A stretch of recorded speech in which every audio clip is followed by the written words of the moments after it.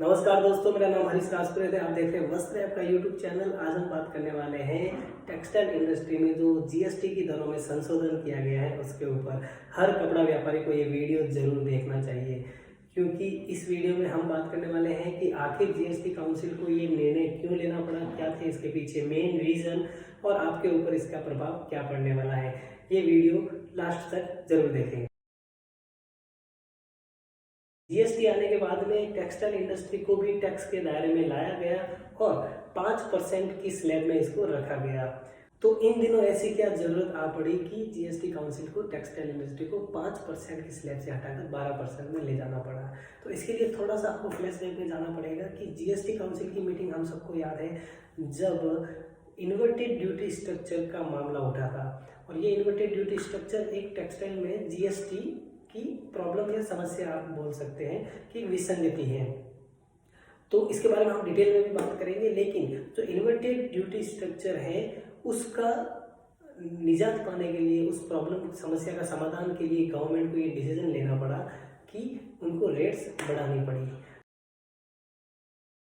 Inverted duty structure का नाम इन दिनों में हमने बहुत जगह पे पढ़ा है, बहुत जगह पे सुना है, लेकिन आखिर ये है क्या, इसको मैं आपको आसान लैंग्वेज में समझाने की कोशिश करता हूँ।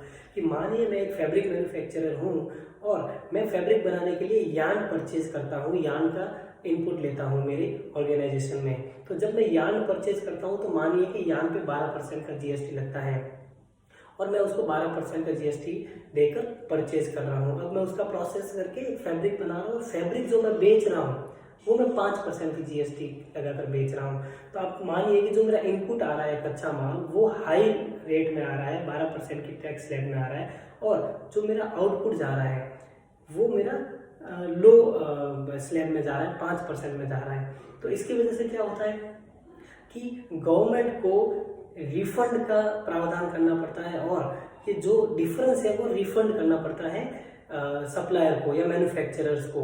तो इसमें बहुत सारी विसंगतियाँ थी, या फिर इसमें प्रोसेस भी कभी कभी डिले हो जाता था और ये थोड़ा सा कॉम्प्लेक्स प्रोसेस भी था। तो इसी समस्या से निजात पाने के लिए गवर्नमेंट ने ये डिसीजन लिया। अगर इसको और आसानी से समझा जाए तो हम ये कह सकते हैं कि जब भी कच्चा माल या कोई प्रोडक्ट की परचेज का जो टैक्स है उसके सेल्स करने पे जो टैक्स लग रहा है उससे ज़्यादा है, तो यहाँ पर जो डिफरेंस है उसमें आईटीसी मेरा एक्यूमुलेट होता रहता है। और जो इसका प्रोसेस है आईटीसी रिफंड का वो थोड़ा कॉम्प्लेक्स है, और इसी समस्या को हटाने के लिए गवर्नमेंट ने पूरे टेक्सटाइल मार्केट में एक यूनिफॉर्म रेट एप्लीकेबल कर दी है, जिससे क्या होगा, ना ही मेरा इन्वर्टेड ड्यूटी स्ट्रक्चर का मामला सामने आएगा, ना ही मेरा रिफंड का कोई प्रोसेस का झंझट रहेगा। हालांकि टेक्सटाइल मार्केट में ज़्यादातर जो प्रोडक्ट है वो 5% की टैक्स स्लैब में आते हैं, और कुछ प्रोडक्ट है जो कच्चा माल होता है जैसे यार्न इत्यादि वो 12% 18% की टैक्स स्लैब में आते हैं। तो जीएसटी काउंसिल के पास ये एक और विकल्प था कि वो जो 12 और 18% वाली जो वस्तुएं हैं उनको 5% के दायरे में लेके आकर भी टेक्सटाइल में यूनिफॉर्म रेट एप्लीकेबल कर सकते थे। ऐसा करने पर भी इन्वर्टेड ड्यूटी स्ट्रक्चर की जो समस्या है वो खत्म हो सकती थी। हालांकि जो 18 नवंबर का नोटिफिकेशन है उसमें क्लियर बताया जा चुका है कि जो भी टेक्सटाइल के मैक्सिमम ऑलमोस्ट सारे प्रोडक्ट हैं वो 5% की स्लैब से अब 12% में जाने वाले हैं, और ये 1 जनवरी 2022 से एप्लीकेबल होने वाला है। इसका मतलब है कि 1 जनवरी 2022 से आपकी सारी सेल्स पे आपको 12% टैक्स लगाना पड़ेगा। और इस 12% की जो स्लैब है उसके अंदर टेक्सटाइल के सारे मैक्सिमम ऑलमोस्ट प्रोडक्ट जो सूरत में बनते हैं वो तो सारे है ही, साड़ी बोल सकते हैं आप, फैब्रिक बोल सकते हैं, सब 12% में जाने वाले हैं। और रेडीमेड जो गारमेंट है वो भी पूरा अब 12% में जाने वाला है, जो कि पहले 1000 से कम अगर कोई प्रोडक्ट की कीमत है तो वो 5% में था, और 1000 से ज़्यादा में 12% लगता था। लेकिन अब 1000 से कम में भी उसमें 12% लगेगा। तो सीधी सी बात है कि ऑलमोस्ट सारे प्रोडक्ट अभी 5% से 12% में जाने वाले हैं, चाहे वो टेक्सटाइल का कोई फैब्रिक का प्रोडक्ट हो, साड़ी का प्रोडक्ट हो, क्लोथ्स जितने भी हैं वो हो, या फिर आपका रेडीमेड गारमेंट हो, सब अभी 12% की टैक्स स्लैब में काउंट होंगे। अब बात करते हैं कि ये डिसीजन जो जीएसटी काउंसिल का है उससे आपके ऊपर क्या प्रभाव पड़ेगा।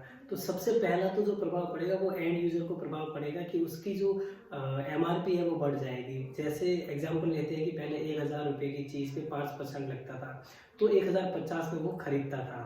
अब जब 1000 रुपये के ऊपर 12% टैक्स लगेगा तो वो 1112 रुपये में उसको चीज़ पड़ेगी, तो उसकी जेब में तो खर्चा आने वाला है। और दूसरा, अगर हम बात करें कि व्यापारी जो होते हैं उनके ऊपर क्या प्रभाव पड़ेगा, तो व्यापारी के ऊपर वर्किंग कैपिटल जो है वो उनको अब ज़्यादा चाहिए कि उनको बिजनेस में और पैसा डालना पड़ेगा, तो ये एक समस्या उनके सामने आ सकती है।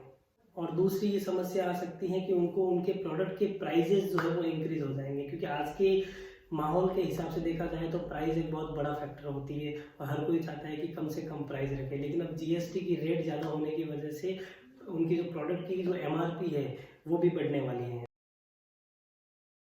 तो आखिर में मैं आपको बस यही कहना चाहता हूँ कि 1 जनवरी 2022 से ये नई टैक्स रेट जो है 12% वाली आपके इनवॉइस में लगने लग जाएगी, तो ज़रूर उसकी तैयारियां अभी से कर दीजिएगा और 1 जनवरी 2022 से 12% टैक्स रेट ही अपने इनवॉइस में लगाइए। और उम्मीद करता हूँ कि आपको बहुत सारी चीज़ें क्लियर हुई होगी। और भी अगर आपको कुछ डाउट है तो आप हमारे कमेंट सेक्शन में लिख सकते हैं और उसका जवाब देने की हम पूरी कोशिश करेंगे। धन्यवाद।